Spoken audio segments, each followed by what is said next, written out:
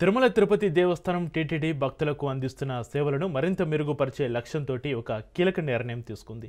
ముఖ్యమంత్రి నారా చంద్రబాబు నాయుడు ఆదేశాల మేరకు భక్తుల నుంచి నేరుగా అభిప్రాయాలు, సూచనలు స్వీకరించేందుకు పలు రకాల ఫీడ్బ్యాక్ సర్వేలను ప్రారంభించింది.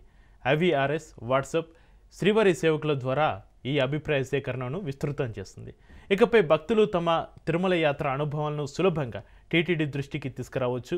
ఐవీఆర్ఎస్ సర్వే ద్వారా అన్నప్రసాదం, వసతి, కళ్యాణకట్ట, దర్శనం వంటి 17 అంశాలపై తమ ఫీడ్బ్యాక్ను తెలియజేయవచ్చు.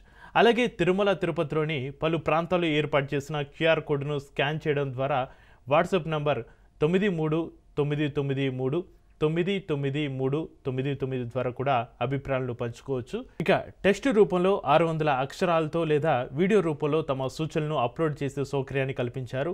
సేవలకు ఉత్తమం, సగటు, బాగలేదు అనే రేటింగ్ ఇచ్చే అవకాశం కూడా ఉంది. ఈ నూతన పద్ధతులతో పాటు శ్రీవారి సేవకులు నేరుగా భక్తుల వద్దకు వెళ్లి ప్రశ్నావళి ద్వారా అభిప్రాయాలను సేకరిస్తున్నారు. వీటితో పాటు ఇప్పటికే అమల్లో ఉన్న డైల్ యువర్ ఈవో కార్యక్రమం 087722632261 ఈమెయిల్ ద్వారా కూడా భక్తులు తమ సలహాలను, సూచనలను ఉన్నతాధికారులకు చేరవేయవచ్చు.